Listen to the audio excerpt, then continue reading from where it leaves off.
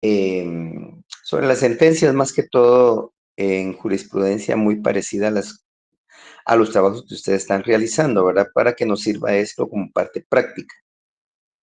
Inicialmente podemos empezar con la presentación donde nos quedamos esta semana, pero el día miércoles, y así podremos ver eh, digamos, los requisitos que se establece em, para cumplir con una huelga, y en este caso sería los motivos por los cuales se puede limitar este ejercicio de huelga. Como yo les comenté, pues hay algunas situaciones donde las personas o las entidades, más que todo, se dedican a un servicio especial que prohíbe el artículo 243. Esto está en el Código Penal, perdón, Código de Trabajo, artículo 243, en el cual se dice que no se podrá llegar a la realización de una huelga. En el caso de trabajadores de transporte, la ley prohíbe que se puedan ir a la huelga mientras no haya terminado el viaje, ¿verdad? Aunque en Guatemala ya tenemos años que no pasa esto. Recuerdo que en los años 90 y 80, más en los 90 tal vez, como el transporte público era de diferente manera como es ahora, existían muchas empresas privadas que cubrían a nivel nacional todas las rutas, todas las zonas, perdón, toda la capital. Y lo que hacían era que suspendían el servicio y la gente tenía que empezar a caminar por horas. No existía la modalidad ahora de los taxis colectivos, no existía el Uber, no existía pues muchas facilidades que ahora con la tecnología ha ido mejorando con aplicaciones de servicios de Uber, por ejemplo. Entonces, en esa ocasión, quizá algunos de ustedes ya no lograron ver ello. Recuerdo que se veía mucha gente caminando por las calles hacia zona 1, zona 10, zona 4 por horas, porque el transporte estaba suspendido. Pues eso, por ello es que nuestro código pues es un poco antiguo y regulaba esas circunstancias, ahora ya no se da. En el segundo inciso nos menciona los hospitales, ¿verdad? Y todas las entidades de salud que prohíbe también que se realice una huelga. En este caso tendría que pedir autorización judicial, no obstante ello considero que ningún juez lo va a autorizar, sobre todo pues que son servicios necesarios y que la misma Constitución dentro de su articulado de derechos en la parte dogmática nos establece el derecho a la salud, ¿verdad? Que es un eh, importante. Acá en energía motriz, alumbrado, telecomunicaciones, plantas de procesamiento, distribución de agua, todas esas entidades que elaboran para esto también prohíben la huelga, aunque ahora también la modalidad de la tecnología, las circunstancias nuevas, la mayoría de personas pues ya tienen acceso a agua privada, como es el caso de residenciales, lugares privados que contienen pues sus propios pozos y distribuyen el agua. Entonces, esto más que todo se refiere a un servicio público como existía antes, el Empagua todavía está, pero ellos no podrían realizar alguna huelga porque su prioridad es distribuir el agua, ¿verdad? En fin, no se puede causar daño, dice, a la salud, la seguridad y las economías públicas. En eso concluye el artículo en el inciso B. Y las fuerzas de seguridad del Estado. Yo ya les dije que las fuerzas de seguridad del Estado están como prohibitivas para que hagan manifestaciones. El Ejército, la Policía Nacional Civil, el sistema penitenciario se incluye. Nosotros en el tribunal recibimos ahora muchas demandas en contra del Estado de Guatemala por fuerzas de seguridad, pero por ser digamos, unos empleos muy especiales, la Corte de Constitucionalidad, por ejemplo, que no tiene nada que ver con la huelga, pero prohíbe que ellos puedan pedir reinstalación. Ellos no pueden demandar, no los protegen las prevenciones por ser miembros de fuerzas del Estado. Yo creo que un grupo le tocó, si no estoy mal, algo sobre las fuerzas de seguridad del Estado. Y si no, pues más adelante se los podemos compartir solo para efectos de cultura general del curso, ¿verdad? Entonces, acá tenemos tres incisos muy importantes que regula el artículo 243 para establecer la prohibición de la huelga. Ahora, en este caso dice que si se solicitara huelga para este tipo de servicios, el tribunal deberá realizar un procedimiento de conformidad con el tercer y cuarto párrafo del Código de Trabajo. Primero le va a dar audiencia a las partes en conflicto dentro de 24 horas y va a fijar de turnos de emergencia en el caso de que fracasara la audiencia. Eso es para efectos de no suspender la labor, ¿verdad? Eh, de las instituciones de servicio de salud, servicio de seguridad del Estado, por ejemplo, que fueron las que mencionamos.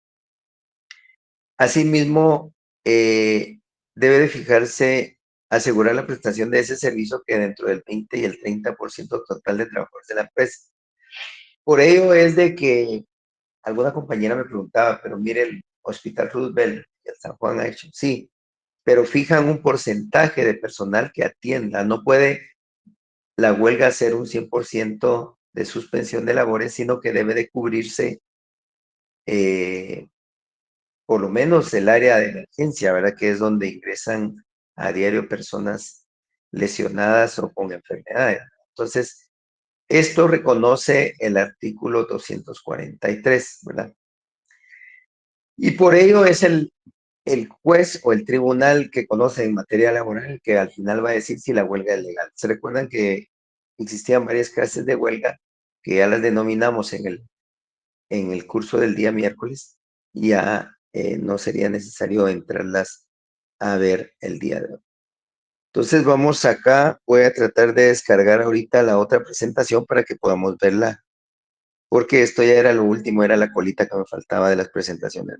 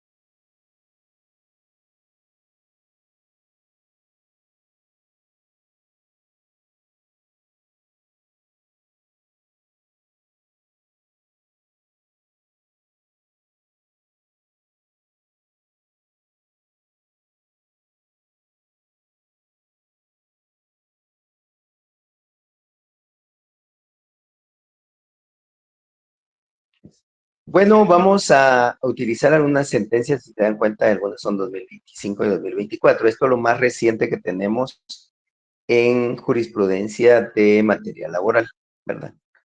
Esto solo, yo solo tengo un resumen, un extracto del criterio jurisprudencial de la Corte de Constitucionalidad. Esto es pura jurisprudencia.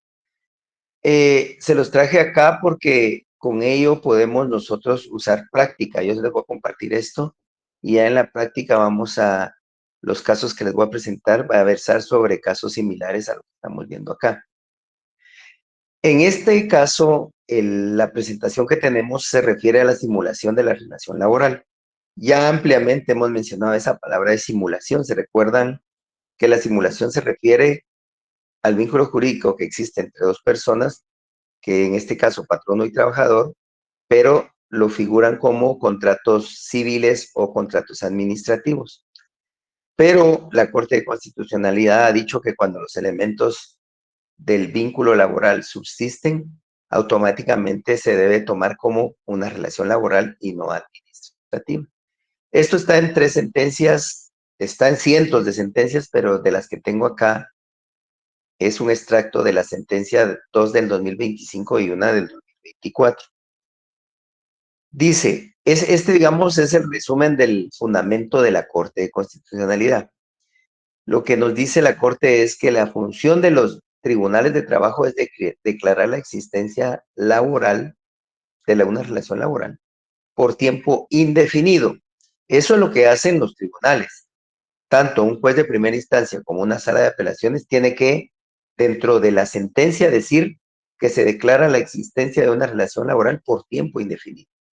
No obstante que existen contratos de enero a diciembre y que se mencionan como contratos administrativos, la Corte de Constitucionalidad sí ha dicho que se deben de consolidar la declaración. Eso es lo principal.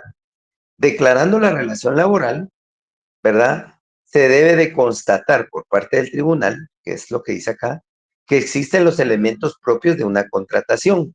¿Cuáles podrían ser esos elementos? Vamos a mencionar.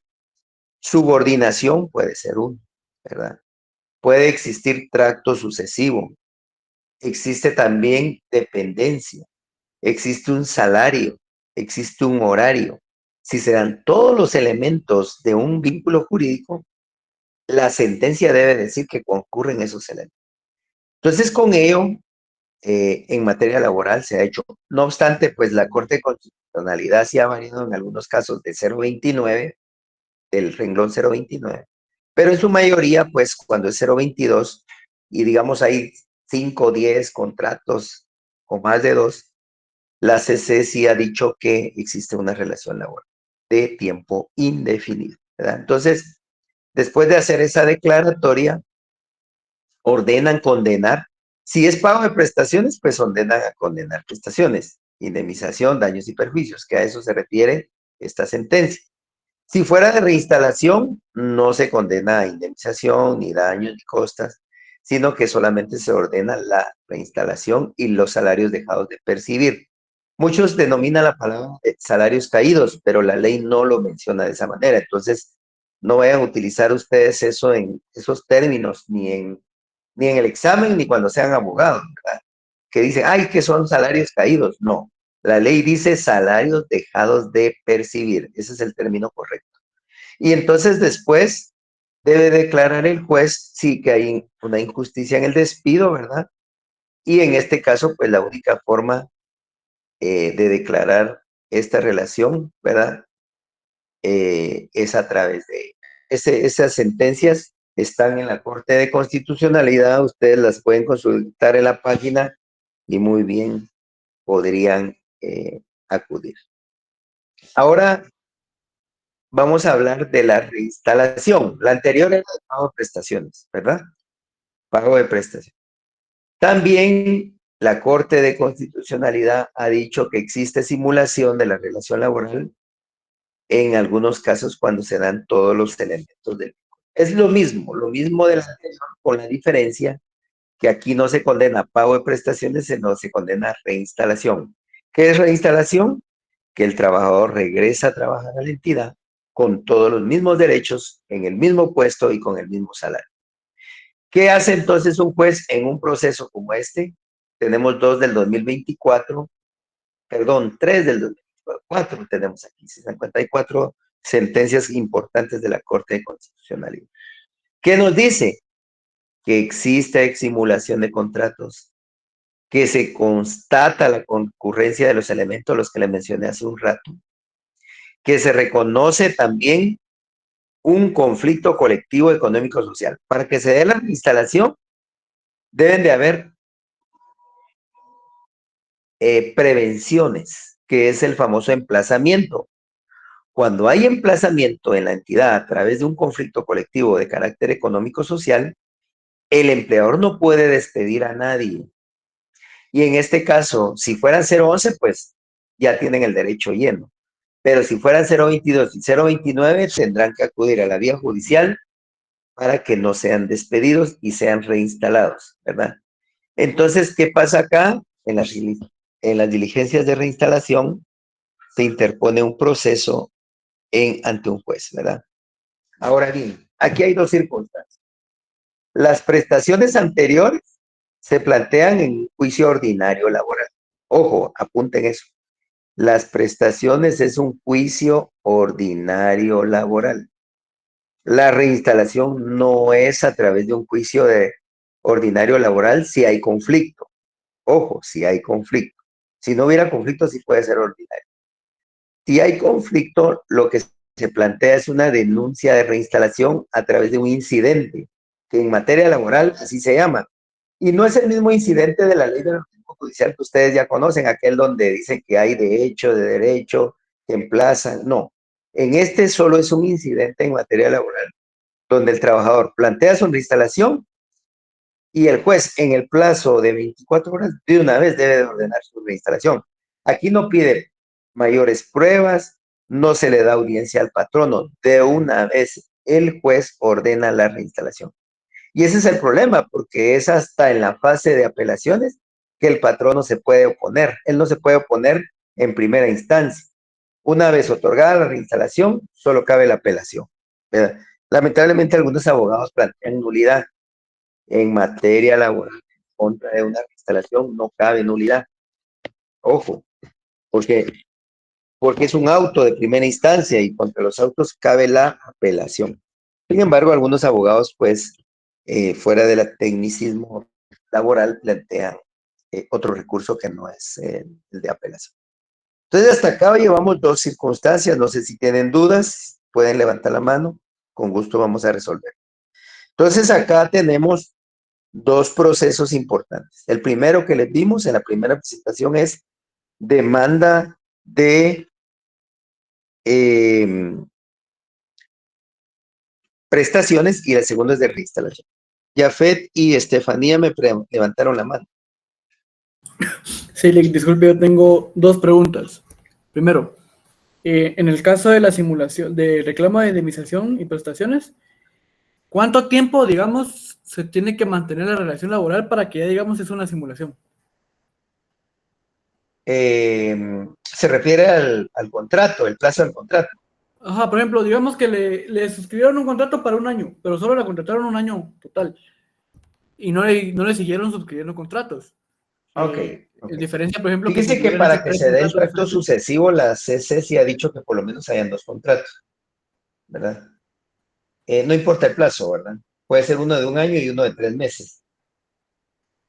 Con Ok, nosotros plantearon una reinstalación donde solo había trabajado 3 meses y se denegó, porque ni siquiera había cumplido el plazo de prueba, ¿verdad? Entonces automáticamente se le denegó la reinstalación. Bueno, las prestaciones, perdón, porque de las prestaciones me está preguntando. ok. Y la segunda es, Entonces, como estaba en periodo de prueba, ¿verdad? ah, Eh, no hay responsabilidad del patrón despedirla. Una vez pasa el periodo de prueba y tiene por lo menos dos contratos, ya puede plantear esa. Si fuera 022, ¿verdad? O 029. Ahora 011 tiene todos los derechos laborales para demandar, no importa el plazo. ok, la segunda sería, eh, aquí la procedencia de la reinstalación. ¿Qué pasa en el Ajá, caso del cero? Porque esto voy a pero un poquito adelantarme a la sentencia que nos tocó a nosotros, que lo trae incluido, ajá. que en la reinstalación, por ejemplo, un 029, ¿qué tengo que hacer antes? Pedir que se declare la simulación o en el caso, porque yo citaron en la sentencia que nos tocó, citan una doctrina de la CC que dice que en el caso de los trabajadores a plazo fijo, Ujú, igualmente cuando está emplazada la empresa, sí se tiene que pedir la autorización para despedirla, pero únicamente si no se ha vencido el plazo de su contrato. Una vez vencido el plazo del contrato, dice que no es necesaria la autorización. Entonces, ujú. en el caso, supongamos de un 029, para pedir la reinstalación, ¿tengo que pedir antes que se declare la simulación o solo pido la reinstalación dependiendo el tiempo que Cuando tenga? usted pide la reinstalación, de una vez pide ahí que se declare la relación laboral. Ok, gracias. Ajá. De una vez plantea su memorial de reinstalación y ahí dice, solicito que se declare la relación laboral y por lo cual, como está emplazada la empresa, pues no va a hablar mucho, es un auto de una hoja y media lo más. Entonces, ya es en la apelación donde ya en sentencia aquí se exponen todos los motivos de la declaración, pero eso se debe hacer antes. De hecho, el juez, para reinstalarlo, declara que hay una relación laboral. Si no, no lo podría reinstalar. Ah, ok, gracias. Ujú, Y ahorita, sí. último, si me repita lo último que dijo, porque veo que muchos no escuchamos bien aquí en el chat. Eh, contra el auto que resuelve el incidente de la denuncia de reinstalación, solo cabe apelación, no cabe nulidad. Ajá, así Gracias. es, así es. Sí, muchos plantean nulidad, pero contra ese auto solo cabe apelación y no es lo correcto que se plantee. Algunos le dan trámite, definitivamente le van a dar trámite, pero lleva perdido su caso. ¿Por qué? Lo que pasa es que muchos plantean nulidad, quizá porque piensan de que porque quieren declarar la nulidad de contratación o algo así. Sin embargo, no cabe, es apelación con base al 365. El 365 del Código Penal dice, del Código Laboral, perdón, Código de Trabajo dice, se deberá plantear apelación en contra de autos y sentencias de los jueces de primera instancia. Como el incidente es un auto, cabe apelación. Gracias. Bueno, ahora Licenciado, Stephanie me parece. sí, buenas tardes. Solo con una duda. Había dicho que prestaciones era con juicio ordinario laboral Ajá. y la de instalación, cuando hay conflicto, es el incidente. Sí, si no hay conflicto, sí es ordinario. Ah, bueno, está bien. Ujú. Gracias. Ok. Alguien más, creo, María Virginia, creo que decía, que había levantado. Ya, Lick, ya resolví mi duda, disculpe. Gracias. Bueno, qué pena, para servirle. Entonces vamos acá, vamos avanzando. Esto sí es importante porque es realmente la esencia del proceso laboral, ¿verdad? Ordinario, prestaciones, incidente de reinstalación, en cuestión cuando hay conflicto, ¿verdad? Entonces ahí vamos, que se tiene que declarar la relación laboral. Eso lo declara el tribunal, eso no es necesario que lo haga el patrón, o perdón, el trabajador, sino que es el que lo hace es el juez, ¿verdad? Simulación en la temporalidad de una relación laboral. A esto quizá era lo que se refería el compañero anterior, ¿verdad? Cuando hay contratos temporales. De esto tenemos 3 jurisprudencias, una del 2023 y 2 del 2024. Entonces dice, no causa agravio el Tribunal de Trabajo que en el ejercicio de sus funciones declara la existencia de una relación laboral por tiempo indefinido cuando constata, con base al repertorio probatorio, la concurrencia de características necesarias para el efecto. Se refiere al contrato de trabajo en materia laboral, el artículo 26. ¿Verdad? Cuando se pretende encubrir el vínculo jurídico existente a plazo fijo, por ejemplo, lo que realmente existe es una relación laboral. ¿Verdad? Esto es similar a lo que vimos en la reinstalación y en la primera presentación de las prestaciones. ¿Verdad? Resulta tampoco agraviante, dice, que los que se declara la existencia de simulación de la temporalidad del vínculo. La decisión de los jueces de orden laboral que ordenan la reinstalación del trabajador que fue despedido sin autorización judicial derivadas de un conflicto de carácter económico-social, ¿verdad? Entonces, acá se refiere más que todo a la temporalidad. Temporalidad, ¿qué es eso? Plazo fijo y plazo indefinido. Entonces, en este caso, no causa agravio, ¿verdad? Que el tribunal de materia laboral declara la existencia de una relación laboral por tiempo indefinido cuando este es a plazo fijo. O sea que aquí lo que hacen es, miren señores, esto no es un contrato a plazo fijo, no obstante que el contrato así lo dice, ¿verdad? Porque ahí dice contrato de enero a diciembre, de enero a junio, de enero a marzo, no importa. Pero el juez o el tribunal va a declarar relación laboral por tiempo indefinido. Similar a los dos anteriores, esto solo es complemento de jurisprudencia. ¿No? ¿Qué elementos necesito para declarar una relación laboral?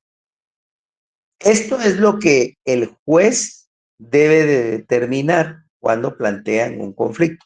Yo les mencioné hace un ratito, así a grandes rasgos, eh, la jerarquía, la división inmediata y todo. Pero aquí ya está más plasmado. Esto está en el artículo 18 del Código de Trabajo. Si yo les preguntara, ¿saben cuáles son los elementos para determinar una relación laboral? Uno, la prestación personal de servicios o la ejecución de una obra determinada. ¿A qué se refiere eso? Que en la cláusula del contrato va a decir que el trabajador se contrata para prestar su servicio como técnico informático que realizará las tareas ABC. Ahí es donde se declara la prestación personal, o sea, el servicio que presta el trabajador. Bajo la dependencia continuada, fíjense que los contratos a plazo fijo 020 o 029 a veces dice y estará a cargo del jefe inmediato quien supervisará las labores antes descritas, por ejemplo. Se los estoy parafraseando. Con eso que diga el contrato, automáticamente se determina y se prueba con el contrato la dependencia continuada. Por eso es importante que cuando ustedes como abogados inicien un juicio para un trabajador, traten de localizar a como dé lugar los contratos, ya sea a través de la ley de acceso a la información o que el mismo trabajador de repente le sacó copia y los pueden incorporar. Porque es la única manera de probar estos elementos. Sin el contrato, nosotros hemos tenido varios casos donde se deniega porque no incorporan el contrato. Y es la única manera de probar estos elementos que estoy mencionando. Entonces, hay una dependencia continuada a través de un jefe, ¿verdad? La existencia de dirección inmediata también a través de un jefe, ¿verdad? Que el patrón no le va a delegar. Puede ser que la entidad nominadora, el ministerio, le delega a través de un jefe administrativo, a través de un director, qué sé yo, la dirección inmediata, ¿verdad? Importante la de una retribución periódica. ¿A qué se refiere? Eso es el famoso salario. Aunque diga el contrato honorarios profesionales que recibirá en 12 pagos de enero a diciembre, prácticamente es un salario, porque está diciendo que se los va a dar en pagos de 12 meses, ¿verdad? Y así dicen los contratos, realmente si ustedes vieran los contratos, así lo dicen, ¿verdad? Entonces, a eso se refiere una contraprestación de servicios, ¿verdad? Que dirá el contrato que es por el servicio prestado. Entonces, por lo regular, estos contratos tienen un promedio de 2 a 3 hojas. Y dentro de las 3 o 4 hojas que tienen, 2 hojas, van a mencionar la prestación personal, va a mencionar la dependencia continuada, va a mencionar la existencia de la dirección inmediata y va a mencionar la retribución periódica, entre otros elementos, ¿ah? Entonces, con eso, el juez o el tribunal va a tener los elementos claros para explicar que existe relación laboral. Entonces, por ejemplo, si la naturaleza del puesto ocupado por el interesado obligaba a que la relación fuera de tracto sucesivo, eso lo tiene que decir el tribunal. Por ejemplo, él prestaba servicios de traslado personal, digamos que ese fuera el trabajo, de, de la dirección de la entidad nominada tal a tal dirección todos los días. Ese es un trabajo fijo que se va a realizar siempre. O realizaba digitación de los expedientes que ingresan solicitando autorización para construcción, por decirles algo. Entonces, automáticamente está el contrato indicando que hay tracto sucesivo de la naturaleza del puesto. No es como en el caso del TCE, ¿verdad? En el TCE, por ejemplo, contratan personal temporal en época eleccionaria para que digiten los votos. Ahí sí no hay tracto sucesivo de la naturaleza, porque solo se da en tiempo de elecciones, que por lo menos son un par de meses, 6 meses. Entonces, ¿qué pasa acá?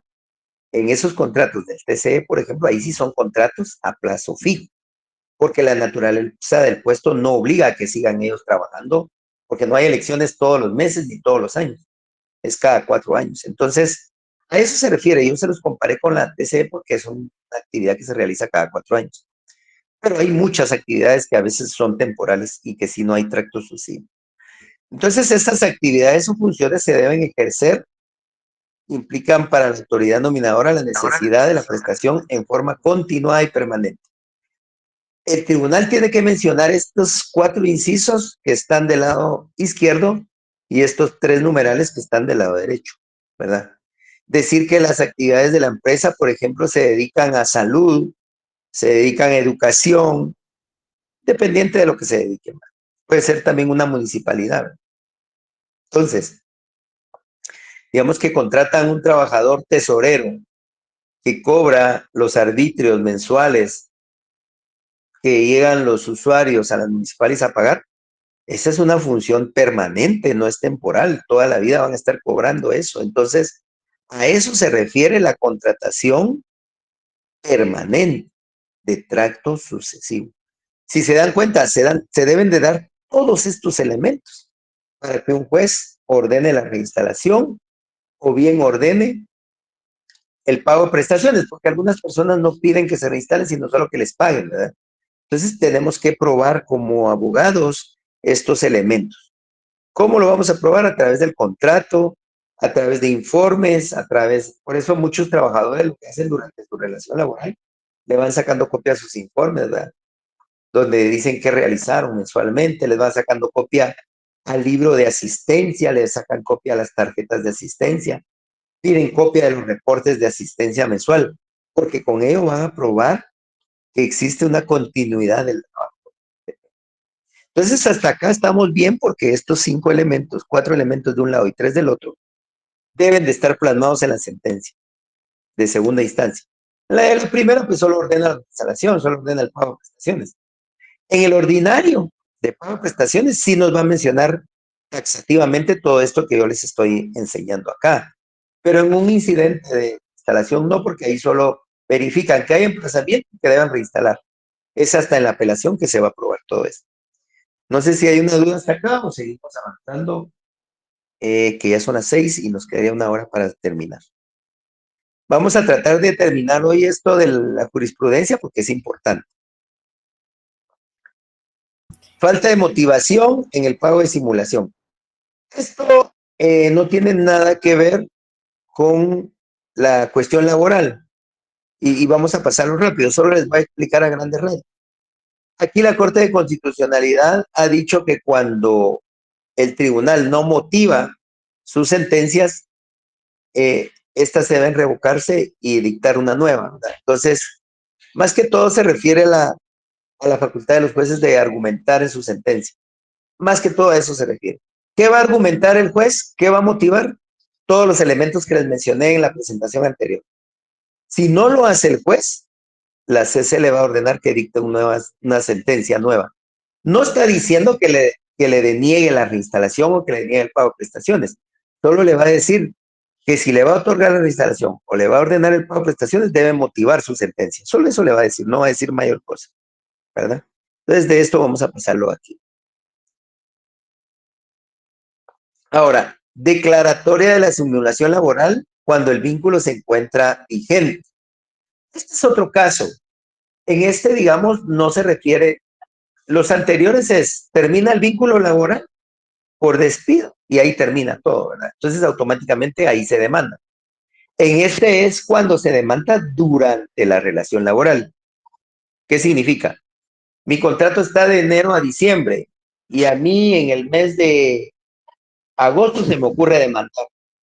No por despido, solo estoy pidiendo que el tribunal diga que yo, es lo que me preguntaba el compañero anterior, ¿es necesario que se plantee eso para pedir la declaración? No, en este caso se pidió la simulación laboral. Ahora, ¿qué dice la CC al respecto? Que no es correcto declarar la relación laboral cuando el vínculo sigue vigente. Entonces, muchos abogados plantean esto, pero yo les solicito que no lo hagan. Si ustedes van a litigar, no lo hagan, porque no es viable. Mientras la jurisprudencia de la Corte de Constitucionalidad no modifique ese criterio, esa jurisprudencia, no lo hagamos, porque no es viable que se declare la relación laboral, simulación, perdón, de la relación laboral cuando está el vínculo vigente. ¿En qué casos es? En el 029, ¿verdad?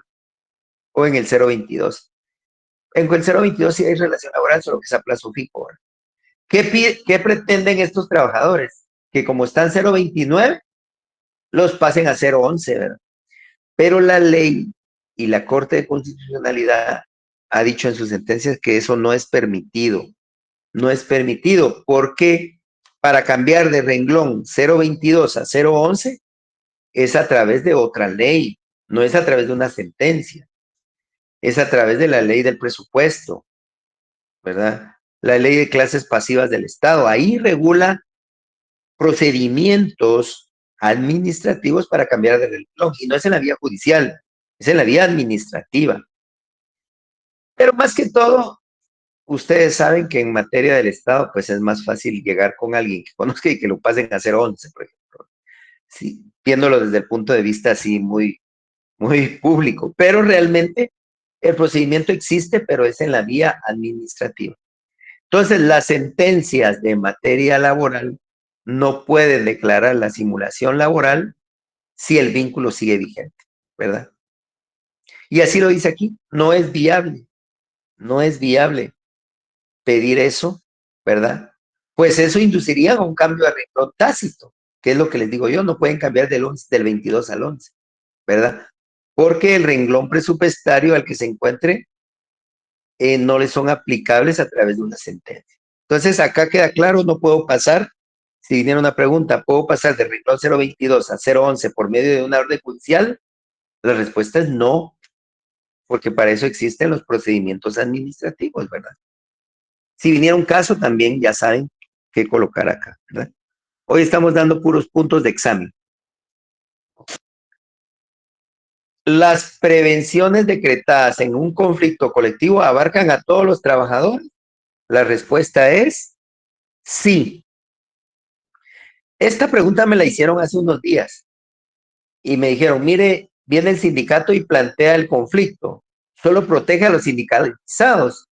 No, porque como dice esta sentencia, las prevenciones decretadas en un conflicto abarcan a todos los trabajadores, sean sindicalizados o no sean sindicalizados, porque un conflicto se plantea en contra de la empresa o la entidad. Ojo, eso es importante saberlo, ¿verdad?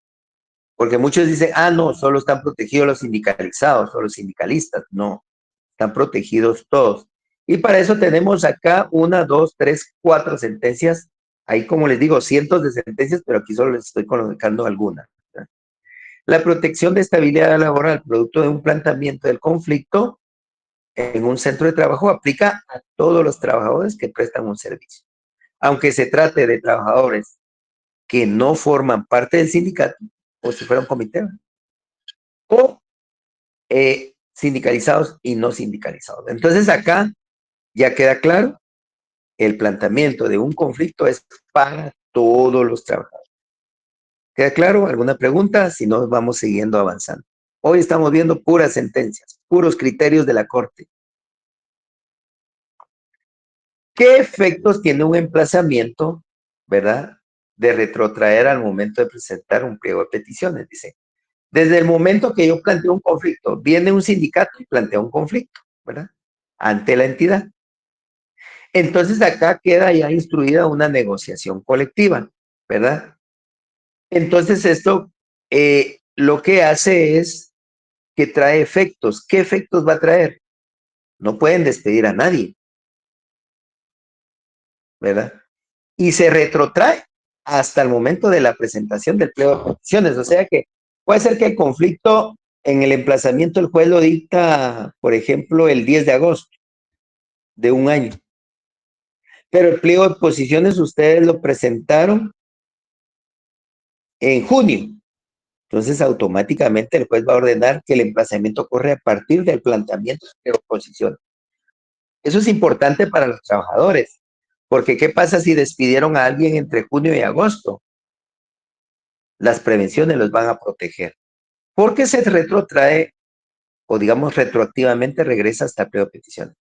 Ustedes han escuchado aquella frase de que en materia, no existe la retroactividad más que en materia penal cuando favorece al reo. Esa es materia laboral, laboratorio penal, perdón. Pero en materia laboral también existe el principio de indubio pro operario. Y también se aplica la retroactividad en materia laboral, pero solo por el principio de indubio pro operario, ¿verdad? Entonces se retrotrae hasta el momento del pliego de posición. Eso nos lo dicen 1, 2, 3, 4 sentencias. Habrán más, definitivamente, pero aquí les coloco únicamente 4.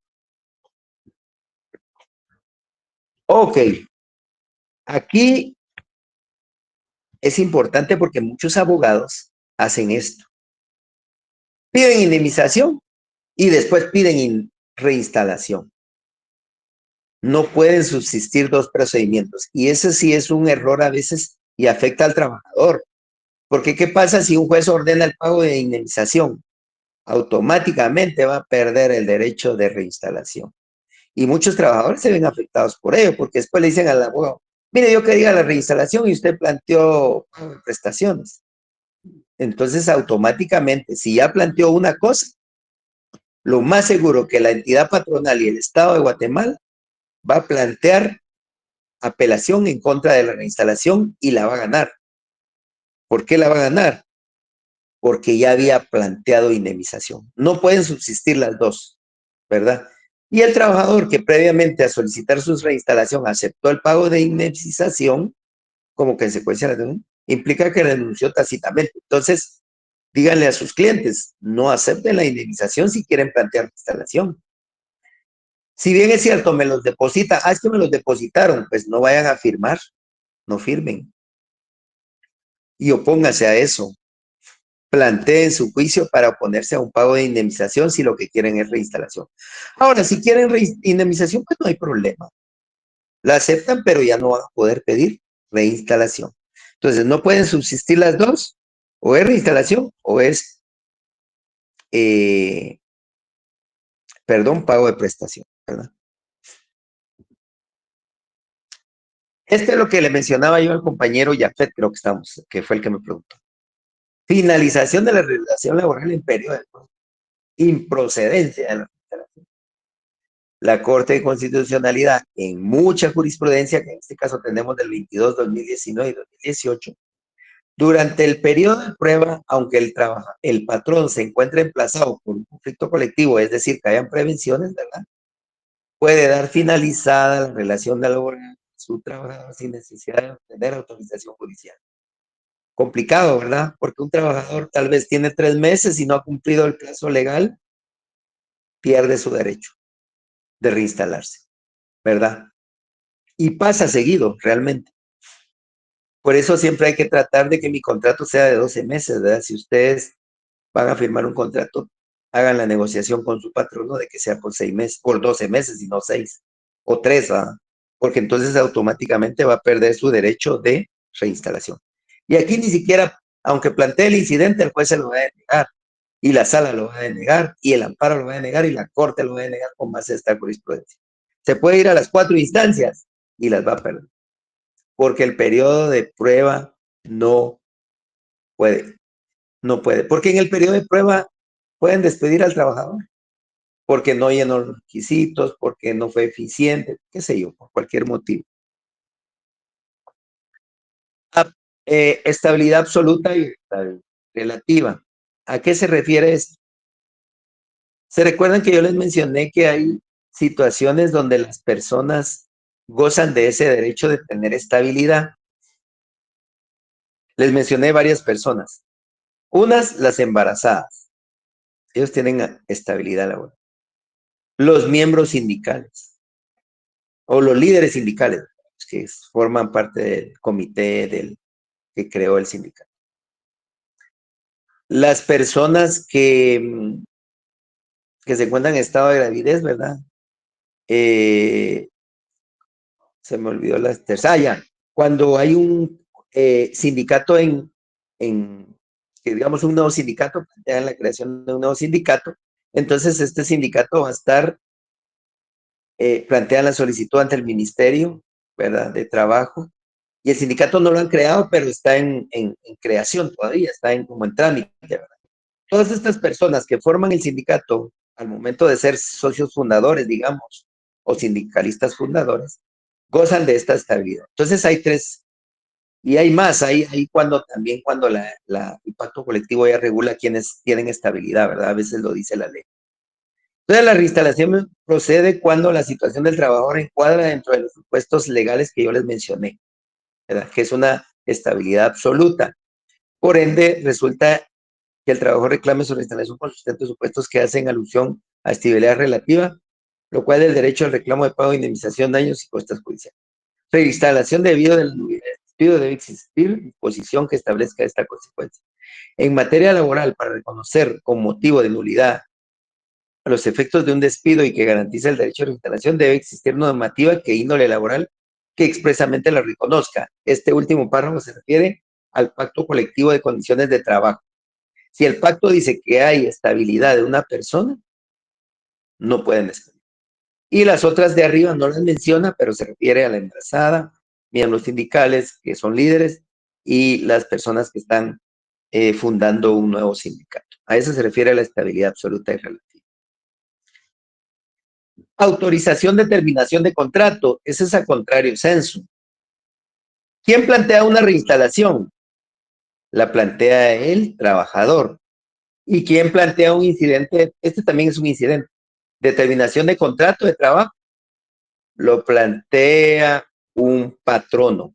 Cuando quiere despedir un mal trabajador, por ejemplo, que le ha iniciado un juicio administrativo porque faltaba, porque llevaba en estado de ebriedad, qué sé yo. Como no lo puede despedir porque hay conflicto y hay emplazamiento, tiene que pedir autorización judicial. ¿Y cómo la va a pedir? A través de un proceso que se llama incidente de terminación de contrato. Si yo les digo, ¿quién plantea el incidente de terminación de contrato? Y pongo 4 incisos, trabajadores, patronos, sindicato, la inspección general, por decirle algo, la respuesta sería patrono. El patrón es el único que plantea la terminación de contrato cuando quiere dar por finalizado un contrato de alguien que está cometiendo alguna falta o algún acto en contra de las normas laborales internas. Entonces, al no hacerlo, opera indefectiblemente la presunción de que no puede prosperar la autorización, ¿verdad? Cuando no se prueba que no hay, digamos, un motivo que sustente la pretensión, ¿verdad? Digamos que a veces hay patronos que maliciosamente plantean terminación de contrato contra los miembros sindicales, pero su fin es disolver el sindicato. Entonces ahí el juez tiene que evaluar eso con la prueba. Si no existe alguna represalia, dice la ley. Si es represalia, no va a autorizar el juez la terminación. En la mayoría de casos yo he visto que los jueces casi no autorizan la terminación de contrato porque a veces es pura represalia del patrón, ¿verdad? Entonces, a menos de que sí se probara que la persona pues llegaba en estado de gravedad, faltaba sus labores, no cumplía con las... Pero entonces ya tiene que adjuntar la prueba idónea al juez, el patrono. Otro tema importante, personal de confianza o representación patronal. Ellos no gozan de ese derecho de reinstalación, ¿verdad? Lamentablemente les digo, muchos pactos colectivos enumeran varios puestos como de confianza, pero ahí no es que le metan gol a los sindicalistas, ellos les meten gol a los trabajadores, porque, disculpe que use esa frase, porque imagínense, crean una norma colectiva indicando que hay personal de confianza y mencionan hasta 20, 30. Entonces, ¿qué pasa? Todos estos trabajadores que tal vez en alguna ocasión no eran de confianza, la ley ya los categoriza, ¿verdad? Entonces deben ser expresamente en la ley. Pero entonces, ¿qué hizo la CC para salvar esto? Dice que el tribunal debe de verificar no solo la enumeración de la ley, como en el caso de un pacto colectivo, o por ejemplo la ley de servicio municipal, si ustedes tienen acceso a ella. Ahí hay personal de confianza que ya lo enumera la ley. Pero la CC ha dicho que el tribunal debe de verificar las funciones. Ojo en el inciso B, las funciones. ¿Por qué las funciones? Porque tal vez dicen que es de confianza y, por ejemplo, había una municipalidad que decía que los peones eran personal de libre remoción. El peón que recogía la basura, y ¿cómo va a ser una personal de libre remoción? Entonces, maliciosamente regularon eso y perjudicaban a los trabajadores. Entonces, sí es importante verificar esto del personal de confianza. Si hay otra pregunta, con gusto pueden preguntar.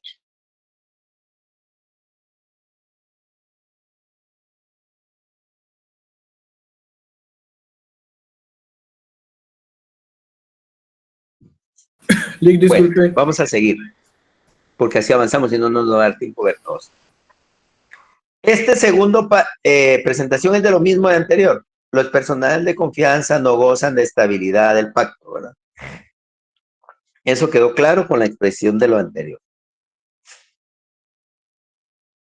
Inamovilidad para los trabajadores que participan en la formación de un sindicato. Eso es lo que yo les decía. Es otro de los presupuestos de la estabilidad de los trabajadores, estabilidad laboral. Digamos que vienen 10 personas, A, B, C, D, y disponen presentar ante la inspección de trabajo un escrito diciendo que van a crear un sindicato nuevo. Estas personas que aparecen en ese listado y que la inspección ya tiene sello de recibido, que lo recibieron, el escrito, valga la redundancia, donde dice que van a gozar de la protección hasta 60 días después de presentada la inscripción. Imagínense, 60 días. Estamos hablando de 2 meses, ¿verdad? De la inscripción. No solo de la recepción, de la inscripción. ¿Verdad? Entonces, ellos no pueden ser despedidos. ¿Por qué protege la ley a estas personas? Porque imagínense que viene un patrono y se entera que 10 trabajadores plantean un nuevo sindicato y los despide a los 10, ¿verdad? Pero la ley por eso los protege. Porque entonces ahí lo que protege es la organización sindical, ¿verdad? Eso es lo que protege la ley. No deben de evaluar en estas diligencias de personas que van a presentar eso el tipo de contrato, si es 011, 029, 011, la calidad, la condición del beneficiante. Obviamente que si es personal de confianza no puede formar sindicato, ¿va? Pero sí tendrían que ser trabajadores que por el tipo de plazo de contratación y la calidad que ostentan son trabajadores, ¿verdad? El segundo, yo ya les había mencionado anteriormente, ¿verdad? Los que forman el comité ejecutivo del sindicato, también ellos gozan de inamovilidad. Ellos no pueden ser despedidos. Y aquí tenemos sentencias del 2024, 2018, 2020. De esto hay gama, si ustedes entran a la jurisprudencia, hay cientos de sentencias que regulan esto, que los miembros, porque hay entidades que han despedido a miembros del comité ejecutivo con el fin de disolver el sindicato. Pero la CC, los tribunales de trabajo y las salas de apelaciones han ordenado la reinstalación de estas personas con el fin de proteger la organización sindical. Esta es la tercera opción. Si se dan cuenta, aquí las tenemos las tres. ¿Eh? Tenemos la primera, que es la del sindicato, la segunda, que es los miembros sindicales, ¿verdad? Y la tercera, que es las personas en estado de gravidez o lactancia. ¿Qué artículo nos regula? El 77 y el 151. Yo creo que venía algo sobre eso en el examen anterior. Estas personas en estado de gravidez o en periodo de lactancia gozan de esa medida. Imagínense, no solo que esté embarazada entre los 9 meses y que una vez se componga ya la pueden despedir, no. También el periodo de lactancia es necesario. Entonces, ¿qué tiene la prohibición el patrón? De despedirla, ¿va? Salvo por causa justificada. Pero a ver, si me responde alguien, como dice, salvo que sea por causa justificada, ¿qué debería hacer el patrono para despedir a una persona en estado de gravidez o en periodo de lactancia? A ver si alguien me lo responde. Por ese último párrafo que dice aquí, salvo que sea por causa justificada. Quiere decir que sí puede despedirla, pero ¿qué tendría que hacer para despedir a alguien en este estado? Sí, a ver, Jafet. Tiene que haber un procedimiento administrativo, digamos, en el cual primero se tiene que establecer la causa, y la causa tiene que ser conforme al Código de Trabajo, las causas justificadas, y se tiene que debidamente comprobar para posteriormente procederse al despido. Sí, está bien, pero le faltó algo muy importante. La autorización judicial. Exacto. Debe iniciar un incidente, o sea, inicia el juicio administrativo, el proceso administrativo en la entidad. Y cuando ya tiene condenada a la persona y que no le vulneraron derecho de defensa, ni derecho de audiencia, ni derecho de que se defienda. Puede durar hasta 1 año. Después de plantear la terminación del contrato a través de un incidente. El problema es que imagínense que un proceso dure 1 año, primero termina el periodo de lactancia y no la ha podido despedir, ¿verdad? Por eso es que muchos patrones a veces se desesperan y lo que es que plantean de una vez el despido a usted y ahí viene la orden de reinstalación. Hay un compañero más que levantó la mano. Sí, licenciado. Fíjese que con esto que menciona del embarazo, yo en un trabajo supe de una compañera que pues estaba robando, pero no sabía ni ella, ni si no sabía ella, no sabía el patrón, obviamente, que estaba embarazada. Pero la identificaron que pues estaba robando y ella pues Ajá. usó su derecho de que por el estado en que estaba no podía ser despedida. Eh, y pues sí gozó pues todo el tiempo, ¿verdad? La empresa no hizo nada y sí gozó todo su embarazo, lactancia, y hasta que terminó el periodo de lactancia le quisieron pues abrir un expediente, pero eh, en ese caso, la pregunta es, en ese caso, desde el momento en que sabían y ella presentó su prueba de embarazo o que ya estaba embarazada, podían empezar este proceso Así contra es, ella. así es. Ellos debieron haberlo hecho desde el principio, ¿verdad? Pero ¿y qué pasa en ese proceso que pues la lactancia, el embarazo en 6 meses, porque ya tenía como 3, más la lactancia, y pues ahí qué procedía para la empresa si lo miramos desde el lado de nosotros que estemos asesorando a la empresa?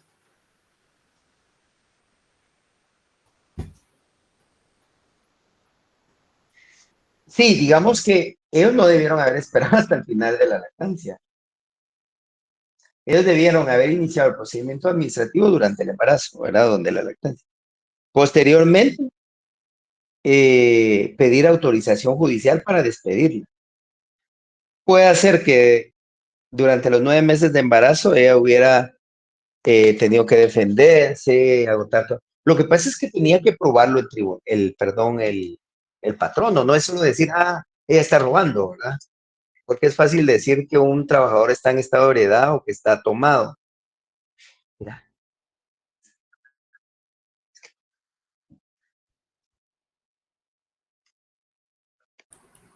Así que en este caso tuvieron que iniciar el procedimiento porque la acción contra la causal también prescribe.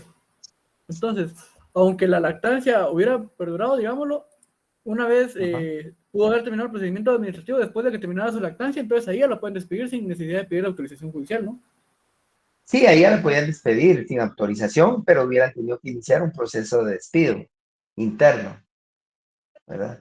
Pero el problema es que habría que ver si la causal era de hace año y medio, ya había prescrito su derecho al trabajar del patrono, solo tiene 20 días, ¿verdad? Entonces, por eso es que sí hubiera tenido que había necesidad de iniciar un juicio administrativo previo, ¿verdad? Pues y no le prescribe también el derecho de sancionarla. Por eso el 264 en adelante están todos los plazos, ¿verdad? Y el patrón solo tiene 20 días, el trabajador tiene 30. Pero, y si ya pasó un año y medio, no le va a decir que usted hace año y medio cometió una falta, ¿verdad? Que no sí había presentado su derecho también. Por eso era que era necesario plantearlo antes.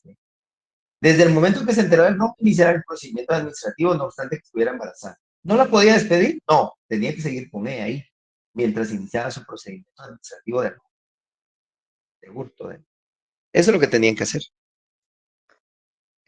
Pero a veces por falta de conocimiento. Lo que pasa es que muchas empresas a veces no contratan asesores jurídicos, sino que solo actúan conforme su real saber y entender, dirían algunos vulgarmente, pero realmente sí deben de usar abogados para iniciar procesos, pues, ¿verdad? Si no, no va a poder demandar, no va a poder, digamos, despedir y después ganar un juicio de esa manera, ¿verdad? Vamos bien, ya nos quedan 20 minutos, vamos a avanzar, si no se nos va a cortar el tiempo. Esto de los recursos no lo vamos a ver porque esos ya los vimos ¿cómo se llama? Solo vamos a ver la jurisprudencia, ¿verdad? Esta jurisprudencia es conforme a las impugnaciones que vimos en el parcial, ¿verdad? Hay jurisprudencia del 2024 y 2022 que dice que el recurso idóneo para impugnar una resolución de mero trámite no es apelación, ¿verdad? Aquí solo estamos viendo jurisprudencia de lo que dice la Corte de Constitucionalidad, en qué casos cabe revocatoria, en qué casos cabe nulidad, en qué casos cabe apelación, ¿verdad? Y se los pongo aquí porque miren, hasta la fecha muchos abogados plantean apelación contra decretos. Y contra decretos no cabe apelación, ¿verdad? Que hay una sentencia por ahí de la CC donde dice que sí, pero eso ya son otros 20 pesos. Esa es una excepción que yo vi ahí. Pero regla general, contra los decretos solo cabe revocatoria. Si ustedes tienen un juicio de un subcliente y les notifican un decreto, no cabe apelación. Nunca vayan a plantear apelación porque no cabe, es revocatorio. Eso nos lo dice 1, 2, 3, 4 jurisprudencias que hay acá.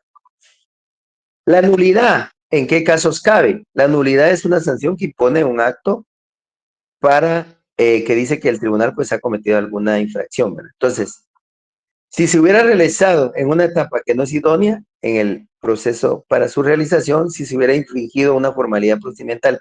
Estos son los motivos en los cuales se plantea la nulidad. Si se hubiera realizado en una etapa que no es la idónea, si se hubiera infringido una formalidad procedimental o si hubiera provocado una variación de las formas del proceso, ¿verdad? Por ejemplo, que venga el juez y diga, no quiero realizar la conciliación, de una vez entremos a conocer. Entonces ahí estaría variando las formas del proceso, ¿verdad? Entonces yo puedo plantear nulidad contra eso. Pueden ser cientos de cosas que el juez puede cometer a veces. Ay, no le voy a dar audiencia al patrono, perdón, porque en algunos casos ahí donde el juez no da intervención al patrono porque su representante legal no lleva su mandato, por ejemplo. Entonces, puedo plantear nulidad porque me está variando las formas del proceso. Cosas así, ¿verdad? Entonces, ¿qué dice la CC? Estos son los 3 únicos motivos para plantear nulidad. En esta 1, 2, 3, 4, 5. Puede ser que alguno tenga alguna sentencia de ese tipo de las que le mandé. Ahora, en materia laboral sí cabe la apelación contra la nulidad, ¿verdad? Pero, ojo, hay 2 clases de resoluciones que resuelven la nulidad. Viene el juez y ustedes como abogados le plantean la nulidad y el juez viene y dice, le da audiencia a la otra parte y entra a conocer la nulidad y resuelve la prueba y dice sin lugar o con lugar la nulidad, cualquiera de las dos. Aquí es donde cabe apelación, ¿verdad? Contra lo resuelto. Pero si el juez dice, no le doy trámite porque no es idónea, porque es un recurso frívolo, es un recurso improcedente. Punto. Un decreto. Contra esto no cabe apelación. Contra esto cabría revocatoria, porque es un decreto, ¿verdad? Entonces, hay 2 clases de resolución de la nulidad. Una donde entra a conocer y otra donde solo la rechaza. Por eso dice aquí abajo, una nulidad, más no contra la que la rechaza. ¿Quién dice eso? La CC lo dice en sentencia 2023, 2022. No cabe la apelación si solo se rechaza la nulidad. Ojo, porque puede venir un caso así. Si yo les digo, bueno, el juez ordenó resolver, ¿qué recurso cabe?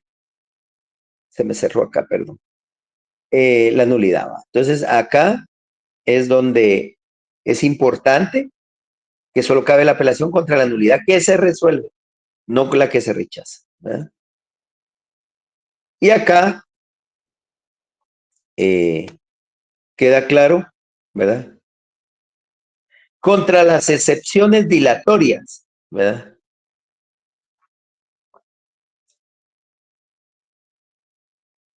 Dice, la resolución en estos mecanismos de defensa sirven para depurar el proceso, que son las famosas excepciones. Eso lo han visto ustedes en procesal civil, en procesal administrativo, que para eso sirven las excepciones.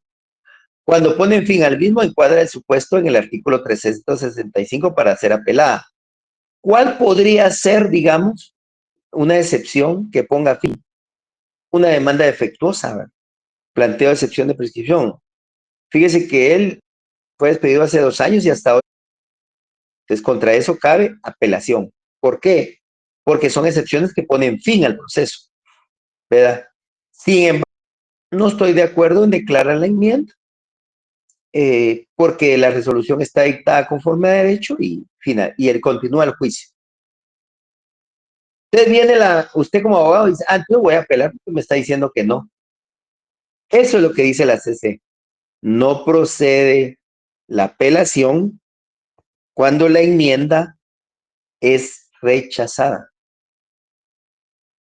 Si es apelable cuando se enmienda, digamos que el juez dice, se me confundí, voy a enmendar el proceso y lo voy a regresar a la etapa anterior. Esa sí es apelable, que el juez lo está disponiendo, ¿verdad? Pero no es apelable cuando se le insta a la enmienda y el juez lo deniegue, ¿verdad?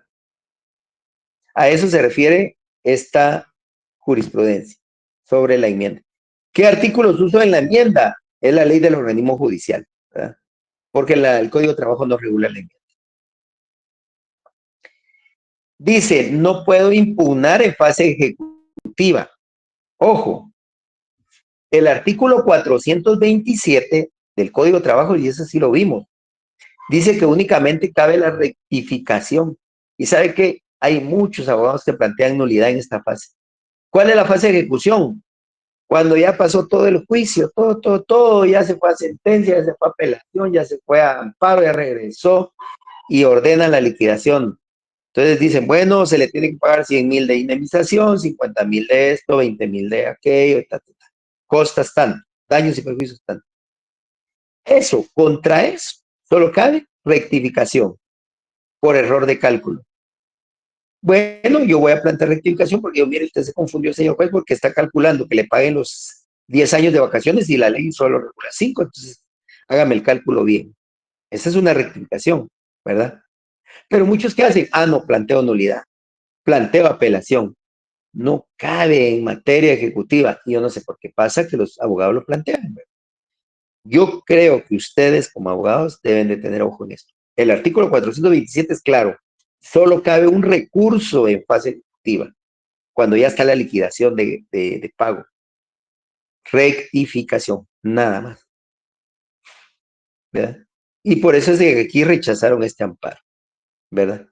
¿Qué es el recurso de rectificación? Pues el recurso de rectificación procede cuando efectúa una liquidación e incurre en error de cálculo. ¿Verdad? Eso es lo que les dije hace un ratito. ¿Verdad? Resulta improcedente hacer valer motivos de fondo en esa fase. Por eso es que no cabe la apelación. ¿Verdad? En la rectificación únicamente cabe, mire, señor juez, usted se confundió y hizo mal cálculo, ¿verdad? De las prestaciones. Esto también se refiere a lo mismo, no cabe ningún recurso en materia de ejecución, ¿verdad? ¿Cuáles son las excepciones privilegiadas? La ley, la doctrina menciona las excepciones privilegiadas. Dice, la interpretación literal y contextual sujeta a la interpretación, así como atendiendo los fines de la norma, puede llegarse a la conclusión que las excepciones que son privilegiadas son las siguientes: pago, prescripción, cosa juzgada y transacción. Son las únicas excepciones que le llaman privilegiadas. ¿Por qué cree que son privilegiadas? Porque pueden ser planteadas en cualquier momento del proceso, hasta en segunda instancia. Yo puedo plantear pago porque de repente ya pagué. Prescripción porque el abogado dejó el tiempo pasar y prescribió el derecho. Cosa juzgada, ya había habido un juicio anterior donde se condenó y usted está demandando de nuevo. Transacción, porque hubo un convenio entre actor y trabajador, patrono y trabajador. Estas excepciones se llaman privilegiadas, ¿ok? No se les va a olvidar. Excepciones privilegiadas. ¿Cuáles son las 4 excepciones privilegiadas? Pago, prescripción, cosa juzgada y transacción. Porque ponen fin al proceso, ¿verdad? Estas ya, una vez ya demostré yo que pagué, ¿para qué continuar el proceso? ¿Verdad? Preguntas y comentarios, son las -10, espero que ya se hayan notado en su asistencia. Esta es pura jurisprudencia para casos prácticos que vamos a ver, yo se los voy a mandar en el transcurso del fin de semana para que estudien hoy. ¿Tienen alguna pregunta? Y no sé si ya se anotaron, y si no, Jafet levantó la mano. Silic, usted hace un poquito, bueno, relacionado al tema. ¿Cuál sería la diferencia entre la enmienda al procedimiento y la nulidad? Es como el agua y la mantequilla, usted. Y el aceite son dos cosas muy diferentes, no tienen nada que ver. La enmienda está regulada en el artículo 67, si no estoy mal, de la ley del organismo judicial. ¿Qué hace la enmienda? Cuando el juez la dispone de oficio, pues lo que dice es, se confundió, no le dio intervención a la PGN. Híjole, voy a tener que retrotraer el proceso y darle intervención, por ejemplo. Le estoy mencionando algo muy vano, puede ser por cualquier cosa que enmiende el juez y que considere. Ahora, la nulidad es un recurso que está regulado en el 365. Si se dan cuenta, son dos normativas totalmente diferentes. Su procedimiento es diferente, sus causales son diferentes. La nulidad que yo hago ver es que hay vulneración de principios o procedimientos o infracción de ley. Si bien es cierto, la enmienda lo que busca es corregir un error de procedimiento o una infracción de ley, pero el juez lo dispone, ¿verdad? Porque la ley, en la misma jurisprudencia dice es facultad del juez disponer la enmienda cuando existe. Entonces, muchos lo plantean a petición de parte, pero el juez, en la CC ha dicho que la enmienda solo la puede declarar el juez. Ahora, la nulidad la plantean las partes. La nulidad no la hace el juez. Plantea conforme al 365, que ya lo vimos en el semestre pasado, el parcial pasado, que había una nulidad conforme el 365. Y ahí estaban sus características. Volvió a levantar Jafet la mano. No sé por qué. La pregunta es que, por ejemplo, en el caso de la nulidad, que es contra actos y procedimientos. Y si no se hace dentro del se toman como consentidos. Sí, así dice el 365. Entonces, cuando se toman como consentidos, el juez lo puede enmendar. Enmendar sí, pero no va a declarar la nulidad. Quizá es una salida jurídica, ¿va usted? Pero el juez la tiene que declarar, no las partes. Entonces, si el juez dice se la no, puedo pedir. si no. Mire, sí lo puede pedir, tiene el derecho de petición, pero se lo van a denegar. Ok, gracias. Porque la CC ha dicho que es una facultad del juez y no de las partes la enmienda. ¿Y por qué es? Porque consintió. Si no lo hizo en los 3 días de conocimiento de la infracción, ya perdió su derecho. Y si el juez no lo enmienda, el proceso va a seguir. Yo he tenido procesos donde ya en sentencia encuentra uno a veces errores y uno no puede enmendarla de oficio, porque son nulidades, ¿no? Consentidas. Nos damos cuenta, híjole, el juez hizo esto y el patrón y el trabajador consintieron. Y sigue el proceso, ya no puede. Entonces, la enmienda, hay jueces que sí dicen, bueno, si fue un error mío, yo lo regreso y le enmiendo de tal fecha a tal fecha, ¿verdad? Que no le notificó a alguna de las partes, por ejemplo. Pero si no lo plantean las partes en el plazo legal del conocimiento de los 3 días, pierde su derecho, ¿verdad? Por eso es que sí son similares, porque corrigen, pero los procedimientos son totalmente diferentes, como le dije, como el agua y el aceite, son bien diferentes los procedimientos, ¿verdad? Una es facultad del juez y la otra es un recurso planteado conforme al 365, ¿verdad? Tal vez por eso a veces confunde, vaya fe, porque tienen el mismo fin, corregir errores. Sí, muchas gracias, Lick. Vaya, no tenga pena. ¿Alguna otra pregunta? Y si no, pues dejamos acá y ya solo nos va a quedar el examen, creo, porque inicia la otra semana. Si no estoy mal, el 10, ¿verdad? Bueno, el miércoles creo que todavía tenemos clases, si no estoy mal. Creo que todavía tenemos el miércoles, ¿verdad? Yo de todas maneras, a través de nuestra compañera les vamos a informar eso. La compañerita auxiliar les va a compartir los temas a evaluar, que ya más o menos lo saben, ¿verdad? Pero ya se los va a compartir. Sí, Ana Barrera.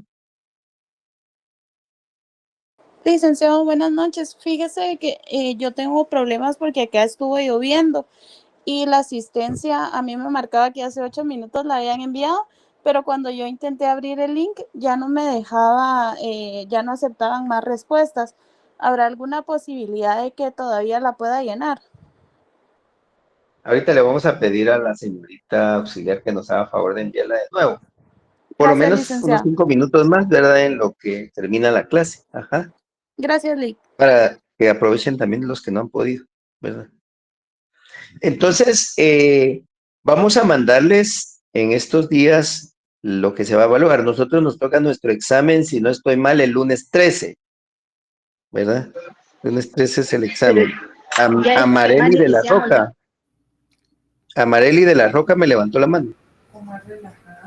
Sí, buenas noches, licenciado. Perdone. Fíjese que yo vi las notas, pero aparezco como no me presenté. No sé qué puedo hacer.